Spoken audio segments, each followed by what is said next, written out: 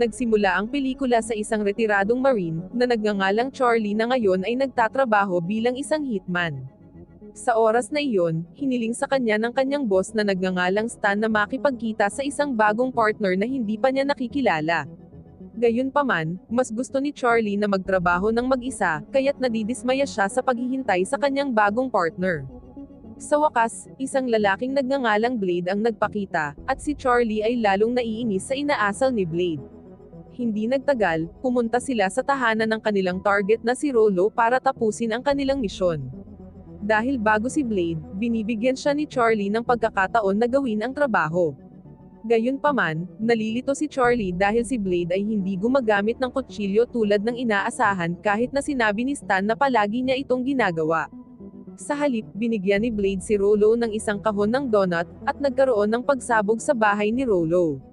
Sa oras na iyon, nagawa nilang patayin si Rollo, ngunit ang problema, ay dahil sa donut bomb na ibinigay sa kanya ni Blade, sumabog ang ulo ni Rollo, at hindi nila ito makilala. Ang kanilang customer, na si Bogard, ay isang maingat na tao na hindi magbabayad hanggat hindi niya lubos na natitiyak na si Rollo iyon. Nakipag-ugnayan si Charlie sa boss ng ahensya na si Sol para tumulong sa paghahanap ng address ng pamilya ni Rollo. Long story short, nakipagkita sina Charlie at Blade sa dating asawa ni Rollo na si Mercy.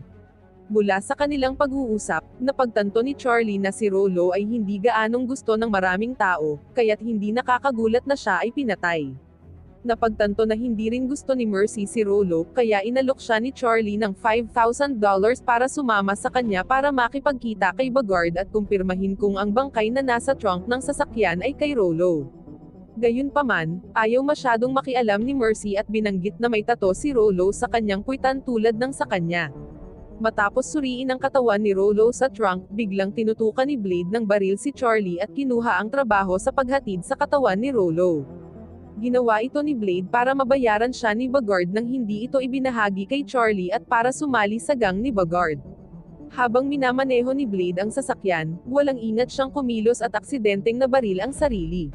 Dahil dito, nawalan ng kontrol ang sasakyan, nabangga ang sasakyan sa poste ng kuryente, at nasunog.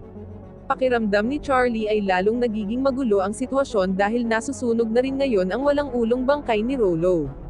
Maya-maya pa, nakaisip si Charlie ng plano.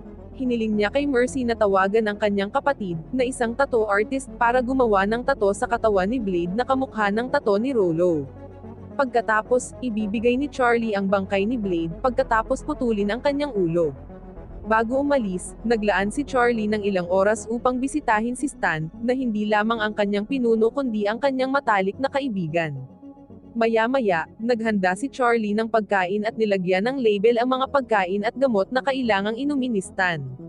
Sa kabila ng kanyang katandaan, si Stan ay namamahala sa lugar ng Bloxes sa loob ng 47 taon at aktibo pa rin, kahit na siya ay dumaranas ng sakit sa kanyang mga huling taon. Kinabukasan, nakipagkita si Charlie kay Bogard sa kanyang punong tanggapan. Matapos kumpirmahin ni Bogard na kay Rollo nga ang bangkay, natanggap ni Charlie ang kanyang bayad. Bago umalis, hiniling ni Bard kay Charlie na mag-set up ng isang pulong kay Stan, dahil may mga bagay silang pag-uusapan. Pagkatapos, bumalik si Charlie kay Mercy at ibinigay sa kanya ang ipinangako niya na $5,000. Binanggit ni Mercy na nagtrabaho siya bilang isang taxidermist, isang pintor na nag-iingat ng mga patay na hayop na parang buhay pa. Naakit din si Charlie kay Mercy, kaya niyaya niya itong sabay na kumain.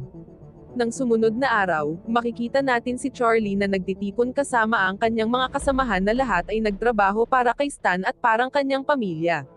Naroon si Benny, na namamahala sa mga entertainment club ni Stan kasama ang kanyang asawang si Celine, si Tony, na humawak sa mga operasyon ng kasino ni Stan, si Paul, na nagtrabaho bilang isang driver, at si Charlie, na isang hitman. Mayroon silang mahigpit na mga alituntunin sa loob ng kanilang grupo, pinupuntirya lamang nila ang mga masasamang tao, at sumagot sa isang lupon ng ahensya na nagngangalang Sol, na nangangasiwa sa lahat ng ahensya ng asasin sa lugar. Habang magkasama silang nakaupo, tinanong ni Stan si Charlie tungkol sa kanyang mga plano sa pagre-retiro, dahil gusto ni Charlie na bumili ng bahay sa Italia para sa kanyang pagre-retiro. Doon, binanggit ni Charlie na iniisip pa rin niya ito, gayunpaman, pinayuhan ni Stan si Charlie na gumawa ng desisyon tungkol sa kanyang pagre-retiro sa lalong madaling panahon. Nabanggit ni Stan na nakahanda na ang kanyang mga plano sa pagre-retiro. Pagkatapos ay ibinahagi ni Charlie ang mensahe mula kay Bogard na gustong makilala si Stan, ngunit tumanggi si Stan na makipagnegosyo kay Bogard dahil naniniwala siyang hindi mabuting tao si Bogard. Sa sandaling iyon, binalaan ni Stan si Charlie na layuan si Bogard at ang kanyang grupo. Nang bumalik si Charlie sa bahay at tinatapos ang kanyang trabaho, pumasok ang mga tauhan ni Bogard upang subukang patayin siya. Bilang isang profesional na assassin na may maraming karanasan, palaging alerto at handa si Charlie, na nagpapahintulot sa kanya na alisin ang mga tauhan ni Bogard na umaatake sa kanya. Pagkatapos, itinago ni Charlie ang mga bangkay ng mga tauhan ni Bogard at nakipag-ugnayan kay Benny. Hiniling ni Charlie kay Benny na bigyan ng babala ang kanilang mga kasamahan sa kasino dahil nagsisimula ng magbanta si Bogard sa kanilang grupo. Gayunpaman, sa kanyang pagpunta sa kasino, nakatagpo ni Charlie ang higit pang mga tauhan ni Bogard at napagtanto na huli na ang lahat dahil ang lahat ng kanyang mga kasamahan ay napatay na. Desidido si Charlie na maghihiganti at tapusin si Bogard. Kaya, nakipagkita siya kay Sol, ang board member ng ahensya ni Stan na pinuno ng hitman. Doon, humingi ng pahintulot si Charlie na alisin si Bogard dahil nilabag ni Bogard ang mga patakaran sa pamamagitan ng pagpatay kay Stan. Sa kasamaang palad, tumanggi si Sol dahil may mahalagang papel si Bogard sa negosyo ng ahensya at nakagawa ng malaking kontribusyon sa pag-unlad nito. Sinabi rin ni Sol kay Charlie na si Bogard ay mas bata kay Stan, na itinuturing na matanda, at iminungkahi na si Stan ay karapat-dapat na mapalitan ng isang nakababatang pinuno. Pinayuhan pa si Charlie na umalis at pumunta sa malayo. Gayunpaman, tumanggi si Charlie at iginiit na maghihiganti siya laban kay Bogard sa kanyang sariling paraan. Nang tanungin ni Charlie kung nasaan si Bogard, iminungkahi ni Sol na tanungin ni Charlie ang kanyang mga kasamahan na ligtas pa rin. Nang marinig ito, naalala ni Charlie si Benny, na nagtatrabaho rin para kay Stan. Noong panahong iyon, napagtanto ni Charlie na pinagtaksilan siya ni Benny. Pagkatapos ay bumalik si Charlie sa bahay, inipon ang lahat ng kanyang mga armas, at pumunta sa bahay ni Benny upang harapin siya. Matapos makakuha ng impormasyon mula sa asawa ni Benny na si Celine, tumungo si Charlie sa kasino na inangkin ni Bogard. Pagdating niya sa kasino, maingat na sinabihan ni Charlie ang isang gwardya na kilala niya, na umalis na sa lugar habang maaga pa.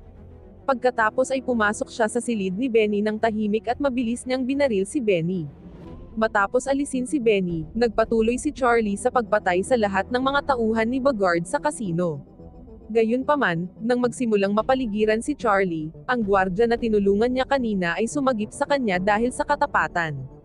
Nagtataka kung bakit gustong-gusto ni Bogard na patayin si Rollo. Sinundan ni Charlie ang isa sa mga tauhan ni Bogard na may hinahanap sa bahay ni Rollo.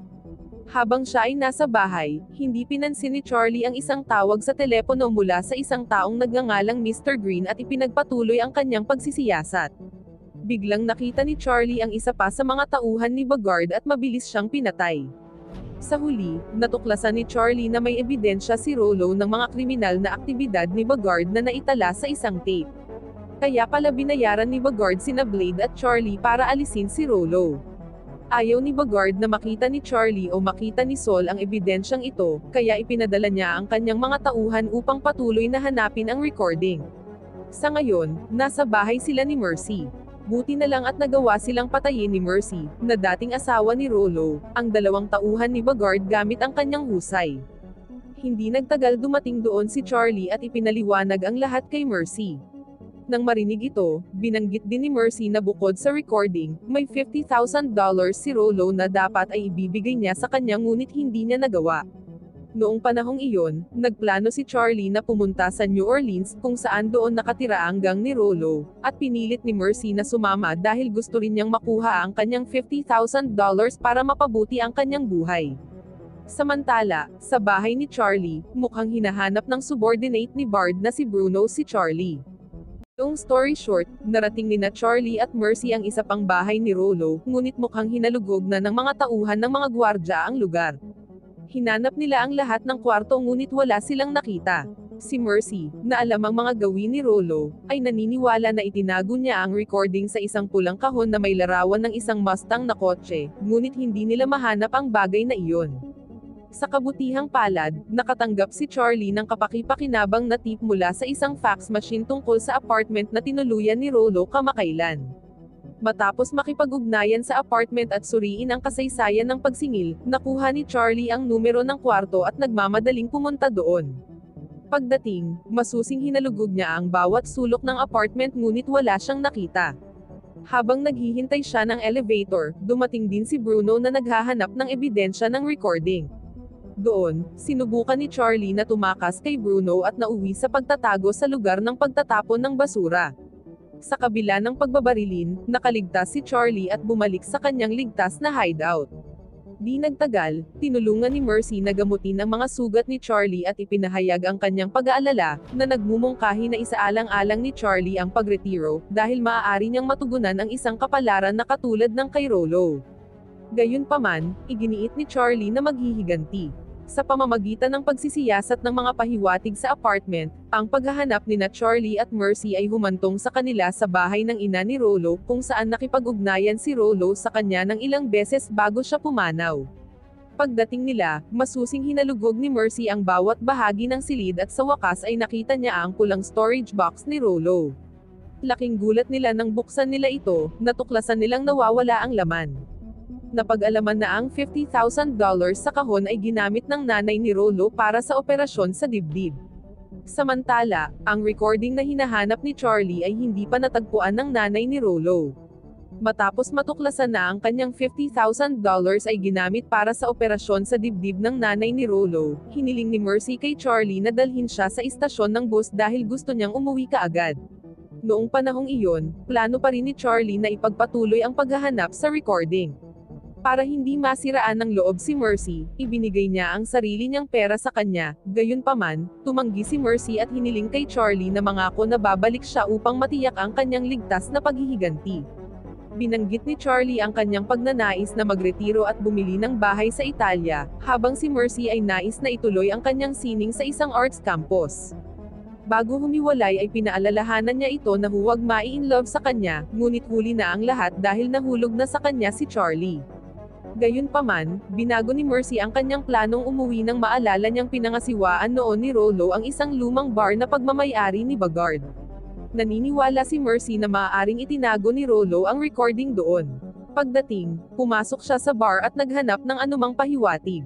Nagkunwaring hindi alam ni Mercy ang nangyari sa dating asawa, na parang buhay pa si Rollo.